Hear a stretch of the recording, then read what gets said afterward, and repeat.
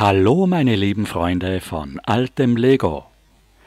Heute kommen wir zur dritten legendären Legoland-Themenwelt aus dem ersten Minifigurenjahr 1978. Es ist die gelbe Ritterburg 375, die im April 1978 herausgekommen ist. Entworfen hat sie der Lego-Designer Daniel August Krantz, der viele andere legendäre Sets gestaltet hat, wie die Texas Rangers, die Gelbe Feuerwache, das Volksfest-Sonderset, viele graue Burgen, darunter das Guarded Inn und die legendäre Eldorado Piratenfestung. 1978 gab es die Burg allein als einziges Ritterset. Im zweiten Jahr 1979 kamen die zwei weiteren kleinen Rittersets dazu. Bis 1984 bestand die ganze Ritterwelt nur aus diesen drei Sets. Die allererste Lego-Burg war eigentlich das Weetabix Werbeset von 1970.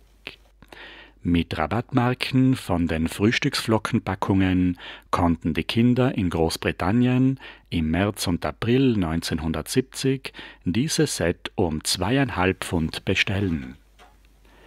Die bunte Burg mit den alten Stadtplanfenstern hat graue Deckenplatten, die man von außen auffällig sieht. Die Burg ist auf drei dicken, grauen 1x20 700E Grundplatten aufgebaut. Am Turm steckt eine einzigartige Flagge mit dem alten, ovalen Hundeknochenlogo von 1954. Die gelbe Burg 375 mit 706 Teilen und 14 Minifiguren kam wie gesagt im April 1978 heraus. Mit dem kleingeschriebenen blau-gelben Legoland-Schriftzug auf dem oberen Packungsrand. Auf der Vorderseite der Packung ist der Inhalt abgebildet. Oben links gibt es die Artikelnummer 375. Es ist eine große rechteckige Packung mit dem Deckel zum Aufklappen. Die Steine liegen in einer grauen Kunststofftasse und sind bei einer neuen Packung mit einem Kunststoffdeckel abgedeckt. Das graue Kunststofffach kann man herausnehmen. Die Packung besteht aus einer außen beklebten Styroportasse. In der Mitte hat sie eine Vertiefung für die grünen Grundplatten. An der Innenseite des Klappdeckels sieht man ein Lifestyle-Bild mit einem fröhlich spielenden Kind, 2 Fotos mit Minifiguren in Nahaufnahme und 3 alternative Bauideen. An der Rückseite sehen wir nochmal 5 weitere Bau- und Spielideen. Dieselben 2 Figurenfotos wie von der Innenseite und oben rechts eine der letzten Verwendungen des alten Logos mit den 5 Farbstreifen, das es schon seit 1974 gibt. Bei allen Alternativmodellen werden die vielen Figuren mit ihren bunten Wappen und der Klappmechanismus der Gebäudeteile hervorgehoben. Bei meiner Packung klebt an der Seite noch ein originales Preisschild. Sie wurde damals um 69 Mark verkauft. Das wäre heute eine Kaufkraft von 98 Euro. Hier sehen wir die alte Bauanleitung mit der Artikelnummer 375. Es ist ein Heft mit 16 Seiten. Auf der Rückseite sehen wir 2 alternative Bauideen und das Copyright-Jahr 1978. Ab 1981 war auf der Anleitung zusätzlich die amerikanische Setnummer 6075 aufgedruckt. Im Heft sind auf 16 Seiten 12 große Bauschritte, die noch weiter unterteilt sind. Insgesamt gibt es also 39 Bauschritte. Auf Seite 14 werden die Pferde und Figuren gebaut, auf Seite 15 haben wir die fertiggestellte Burg, oben links ist die Ausklappfunktion der 4 Gebäudeteile dargestellt. Die Burg war gelb, weil es 1978 noch keine grauen Steine gab. Es gab nur graue Platten und Spezialteile. Die leuchtend gelbe Farbe gefällt mir besonders gut, viel besser als das eintönige Grau. Auf der grünen Grundplatte mit den roten Fenstern und Türen ist es eine wundervolle Farbkombination. Der Designer Daniel August Krantz hatte sich eigentlich die Farbe Ziegelgelb gewünscht. Das ist das heutige Tan, aber auch diese Farbe wurde 1978 noch nicht hergestellt. Die gelbe Burg ist 32 x 32 Noppen groß und passt damit genau zwischen die neuen Straßenplatten. Der Grundriss ist auf 5 verschiedene Grundplatten aufgeteilt. Auf der grünen 16 x 32 Grundplatte in der Mitte steht vorne der Torturm mit Zugbrücke und hinten der Bergfried mit einem Hintereingang. An den Seiten gibt es die 4 8 x 16 Grundplatten, vorne kann man den Wachturm und hinten die Ringmauer ausklappen. Die 2 schweren Hälften der Burg sind auf beiden Enden der mittleren Grundplatte aufgebaut und man muss immer gut aufpassen, dass die Grundplatte nicht auseinanderbricht. Aus meiner Sicht ist das ein schwerer Konstruktionsfehler, der bei den neuen Burgen behoben worden ist. Bei der Grauen Burg von 1984 hängen die Mauerteile stabil zusammen und keine Grundplatte kann sich durchbiegen. Die Graue Burg kann man mit den Figuren im Burghof bequem transportieren. Bei der Gelben Burg gibt es zwar die 3 zusätzlichen 1x4 Steine, um die Grundplatten zusammenzuhalten, aber trotzdem braucht es einen geübten Kunstgriff, dass man die Burg überhaupt hochheben kann. Bei dieser Gelegenheit haben wir jetzt die 3 ältesten Burgen nebeneinander stehen. Das Weetabix Castle von 1970, die Gelbe Burg von 1978 und die Graue Burg 6080 von 1984. Bei der Gelben Burg gab es 1978 als neue Bauteile die 3 Steine hohen 75 Grad Schrägsteine als Strebepfeiler, einmal an der Längsseite und einmal an den Ecken der Mauern und Türme. Die Burg ist relativ klein und zart gebaut, die Brüstungen zwischen den Zinnen sind nicht einmal kniehoch, die Wachen haben keine Deckung und müssen aufpassen, dass sie nicht vom Turm fallen. Die grauen Bodenplatten der Wehrgänge sind verdeckt eingebaut, die Zinnen sind auf Auskragungen aus schwarzen Schrägsteinen aufgesetzt. Das ist ein großartiger Baustil. Für den Minifigurenmaßstab müsste man die Zinnen um eine Steinlage erhöhen, aber dann sieht die ganze Burg gleich viel unförmiger aus. Besonders malerisch sind die 6 roten Einserfenster mit den Seitensäulen und mit dem Wappenaufkleber am Bergfried. 1978 war ja das große Aufkleberjahr, wo es außer im Weltraum kaum Drucke gab. Bei der Gelben Burg brauchen wir unglaubliche 43 Aufkleber. Die meisten sind am Zubehör der Figuren, aber 4 Aufkleber sind auch an der Burg. Die 3 Wappen an den Wehrtürmen und am Bergfried fehlen meist. Mit den Replacement Stickers ist es bei der Gelben Burg nicht so einfach. Sie werden in 6 unterschiedlichen Farbvarianten angeboten und es ist sehr schwierig, die passende Farbtönung auszuwählen. Die Replacement Stickers sind glänzend und passen nicht zu den matten und abgenützten Originalaufklebern. Für meine Burg habe ich die Variante 2 ausgewählt, aber ich werde sie nicht verwenden. Ich werde die Aufkleber von überflüssigen Schilden vorsichtig erwärmen und auf die Wehrtürme übertragen. Die Türme haben zwar keine richtigen Räume, aber alle haben Durchgänge aus Rundbögen, die man mit den Minifiguren bespielen kann. 2 Aufkleber sind auf der Flagge und einer auf dem 1x8-Stein am Torturm. Die Zugbrücke kann man mit einer normalen Seilwinde aufziehen und ablassen. Das Seil geht durch einen einzelnen Techniklochstein in der Mauer und 2 Ösenplatten am Ende der Zugbrücke. Das zweite Ende des Seiles ist einfach unter der Mauer eingeklemmt. Ein zweiter Techniklochstein würde hier viel symmetrischer aussehen, aber wegen dem Aufkleber ist hier kein Umbau möglich. An beiden Seiten der Burg gibt es 2 Wehrtürme. Die Ringmauer ist mit vielen Schießscharten und Vorsprüngen wunderschön aufgelockert.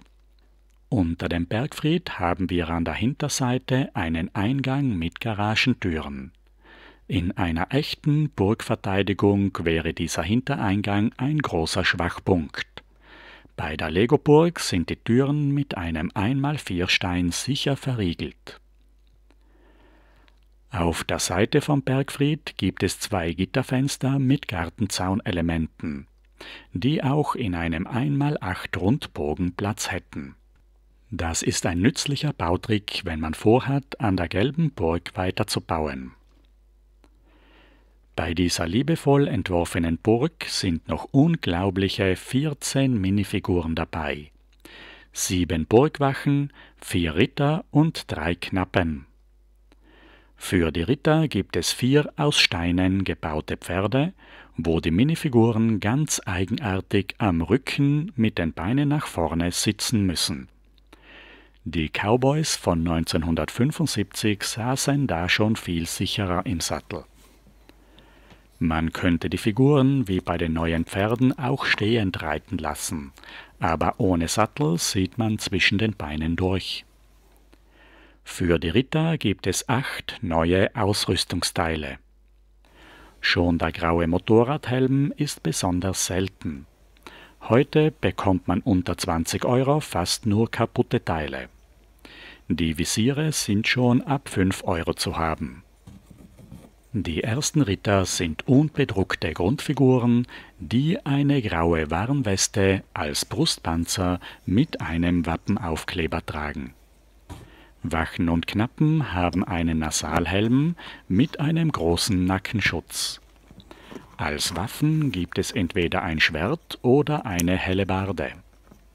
Die Schilde haben einen Doppelgriff und können bei der Wache mit hängenden Arm und im Kampf mit ausgestrecktem Arm getragen werden. Der Schild kann dabei entweder nach vorne gerichtet oder zur Seite geklappt werden. Neben den Hellebarden gibt es auch die Turnierlanzen, die im ersten Jahr hellgrau und im zweiten Jahr braun waren. 1979 kommt auch ein neuer, dunkelgrauer Ritterhelm mit Kindbügel heraus, so wie er später für die Bogenschützen verwendet wurde. Vor der Burg haben sich die 4 Ritter mit ihren Knappen zum Turnier oder zum Kampf zusammengefunden. Der Burgherr ist ein grauer Ritter mit der Königskrone im Wappen. Dann kommt der rote Dreiklee-Ritter, der schwarze Ritter mit den grün-gelben Winkeln im Wappen und zum Schluss der weiße Kreuzritter mit dem Malteserkreuz. Die nächsten 2 Rittersets kamen 1979 heraus. Im Gegensatz zur gelben Burg haben wir bei den 2 neuen Rittersets von 79 keinen einzigen Aufkleber. Alle Figuren, Schilde und Flaggen sind bedruckt. Die größere der beiden Packungen ist das Ritterturnier 383 aus 184 Teilen mit 6 Minifiguren. Auf der Zuschauertribüne stehen 2 Flaggen. Auf der Flagge mit viereckigem Goldrand haben wir ein neues, dreigeteiltes rot-blau-gelbes Wappen. Daneben eine Zypresse, die neben den Motorradhelmen das seltenste Teil dieses Sets ist. Links und rechts von der Tribüne stehen 2 Wachen mit Hellebarden. Auf der Tribüne ist rechts der kleinere Sitz der Prinzessin und links der große Thron vom Prinzen. Am Torso hat er um das kleine Wappen noch einen viereckigen Goldrand, der bei dieser Figur schon abgegangen ist.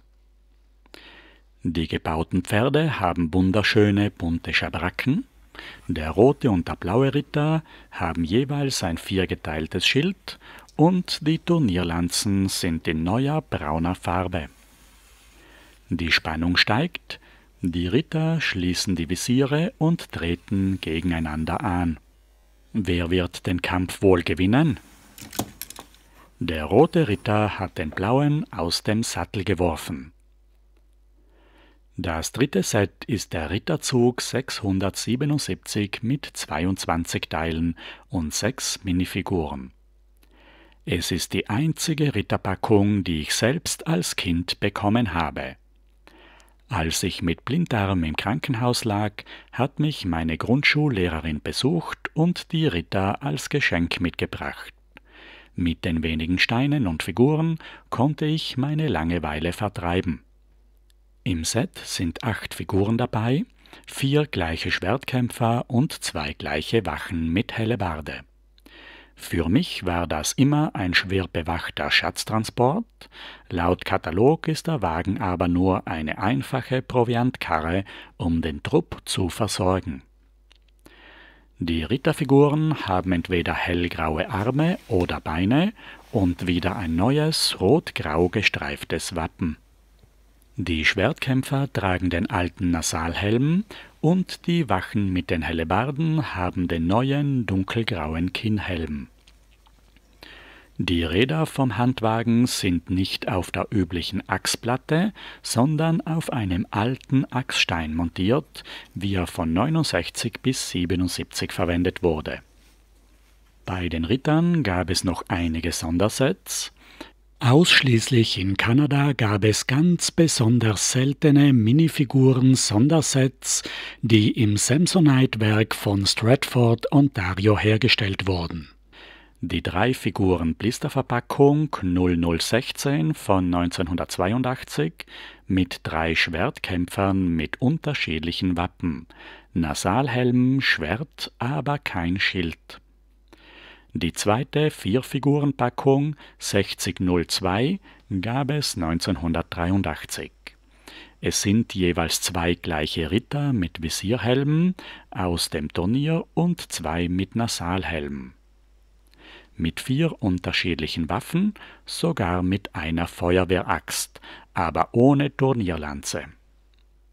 Bei uns in Europa gab es in Großbritannien, den Niederlanden und in Deutschland die Löwenritter mit Herz in den Sondersets mit den Doppelstraßenplatten 1592 von 1980 und 83, die genauso wie das Vitabix Stadtplanset 1589 gelbe Burgteile als Stadtmauer enthält. Diese Packungen hat der Designer der Gelben Burg, Daniel August Krantz, höchstpersönlich entworfen. Egal, ob man die Autos dabei lässt oder wegnimmt, kann man gemeinsam mit der Gelben Burg wunderbare Altstadtszenen auf- oder weiterbauen, die entweder im Mittelalter oder in der modernen Zeit spielen können. Allein die Fachwerkhäuser laden zum Bau einer malerischen Mittelalterstadt im klassischen Baustil ein. Mit meiner gelben Sammlerburg haben auch meine Kinder gespielt, wir mussten sie aber etwas umbauen. Da sind einige Fotos aus dieser Zeit. Es war damals die Zeit der Lego Princesses. Die klassische gelbe Burg machte sich auch sehr gut als Prinzessinnenschloss, bis sie für meine 4-jährige Tochter zu klein wurde und ich ihr zum Geburtstag ein größeres Schloss bauen musste. Genauso wie beim klassischen Weltraum in der vergangenen Woche habe ich auch bei der gelben Burg große Baupläne. Ich habe im Bricklink-Studio versucht, die gelbe Burg im alten klassischen Baustil mit originalen Teilen und Bautechniken aus den Originalsets und den Ideenbüchern zu erweitern. Zuerst habe ich die Burg etwas weitläufiger mit größerem Burghof geplant, aber für eine bessere Stabilität und zur Platzeinsparung habe ich die Elemente auf einer möglichst kleinen Grundfläche zusammengefasst. Ich habe die Spielthemen vom Ritterturnier und den Ritterzug eingebaut, nur die Kutsche habe ich im Stil der alten Westernkutschen zusätzlich dazu gebaut. Diese Burg besteht zwar nur aus einfachen Steinen und Fenstern, es sind aber ganze 5000 Teile, die man zusammensuchen muss. Das ist ein ziemlicher Aufwand. Die Burg steht auf einer Fläche aus 12 grünen, dicken 10×20 Grundplatten. Am Torturm befindet sich die alte, klassische rote Zugbrücke. Den Torbogen habe ich wie bei der Grauen Burg 6080 abwechselnd mit Rund- und Ecksteinen gebaut und dahinter habe ich ein Fallgitter eingebaut. Dahinter gibt es noch ein Burgtor wie der Hinterausgang der Gelben Burg. Durch das Burgtor kommt man in einen sehr kleinen Burghof. Auf der rechten Seite gibt es einen Stiegenaufgang, zuerst zum Fachwerkhaus. Hinter dem Burgtor geht es ebenerdig geradeaus weiter, durch rote Garagentüren in die Stallungen, wo man die Pferde unterbringen kann. Auf der linken Seite sind im hinteren Eck Kellerräume, die man auch als Waffenkammer verwenden kann. Und vorne ist ein grüner Burghügel, in dem ich eine Batteriebox für die 4,5 Volt Beleuchtung untergebracht habe. Grüne Steine hat es 1978 zwar noch keine gegeben, hier habe ich etwas geschwindelt. Ich wollte einfach die wunderschöne grüne Farbe der Grundplatten etwas weiter ausbauen, ein grauer Felsen hätte hier überhaupt nicht gepasst. Der erste Stock der Burg ist ein Zwischengeschoss. Auf der rechten Seite kommen wir ins Erdgeschoss des Fachwerkhauses. In der Mitte haben wir das Verlies vom Bergfried und auf der linken Seite ist die Burgküche unter dem Festsaal. Im zweiten Stockwerk haben wir dann den ersten Stock vom Fachwerkhaus, den Eingangsbereich vom Bergfried und den großen Thronsaal, wo der Prinz schon auf dem großen Thron residiert und die empfangenen Gäste werden vom Koch bewirtet.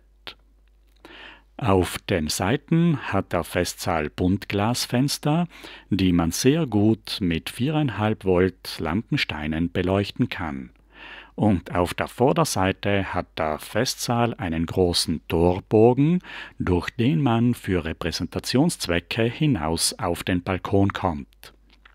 In der vierten Bauebene hat das Fachwerkhaus schon das blaue Dachgeschoss. Neben dem Fachwerkhaus habe ich an der Grenze der Burgmauer einen schmalen Turm hochgezogen. Seine einzige Funktion sind die vielen Scharniere, mit denen man den Bergfried in 2 Hälften aufklappen kann.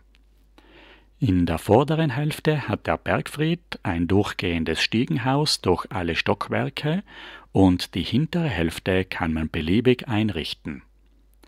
Auf der rechten Seite sind wir schon im Dachgeschoss vom Festsaal, der innen, vorne und hinten eine Empore hat, außen an den Ecken Wachtürme und an den Seiten Dachgauben. Im Gebälk vom Festsaal kann man gut die 4,5 Volt Lampensteine mit transparenten Rundsteinen als Luster aufhängen. Für die Kabel muss man sich Kamine bauen, die hinunter in den Keller zur Batteriebox gehen. In der 5. Bauebene sind wir schon über den Dächern. Rechts neben dem Fachwerkhaus ist der schmale Scharnierturm, der mit einer Fußgängerbrücke mit dem Bergfried zusammengebaut ist. So wird das ganze Gebäude stabilisiert, wenn man die Burg auseinanderklappt. Der Bergfried hat insgesamt 8 Stockwerke. An der Spitze hat er an den 4 Ecken 4 Wachturmerker und auf dem Dach noch einen Turm als Laterne. Genauso wie die klassische gelbe Burg hat auch meine große Königsritterburg Scharniere, mit denen man den Bergfried und den Festsaal aufklappen kann. So wird aus der schmalen, turmartigen Burg eine breite, schlossähnliche Fassade, die man vorne und hinten bespielen kann. Das einzig auffällig Störende ist dann der doppelte Bergfried. Aber wenn ich die Scharniere direkt an der Außenwand des Bergfriedes angebracht hätte, dann hätte ich den Dachbereich nicht so symmetrisch gestalten können. Unten in der Videobeschreibung findet ihr wieder den Link, wo ihr den Bricklink Studio File herunterladen könnt. So könnt ihr euch den Bauplan im Bricklink Studio genauer anschauen, selbst noch weiterbauen, perfektionieren, anpassen oder auch für eigene Projekte verwenden. Mit dieser Bauidee schließe ich das heutige Thema mit den 3 Sets aus der Reihe rund um die legendäre gelbe Burg ab. In einigen Wochen werde ich euch auch die graue Burg von 1984 zeigen, die ihr heute schon kurz gesehen habt. Am nächsten Freitag gibt es aber eine neue Themenreihe. Da starten wir, wie versprochen, mit dem Aufbau der grauen 12-Volt-Eisenbahn von 1980. Bis dahin bedanke ich mich bei euch allen recht herzlich, dass ihr heute zugesehen habt und wünsche euch allen ein wunderschönes Wochenende. Auf Wiedersehen!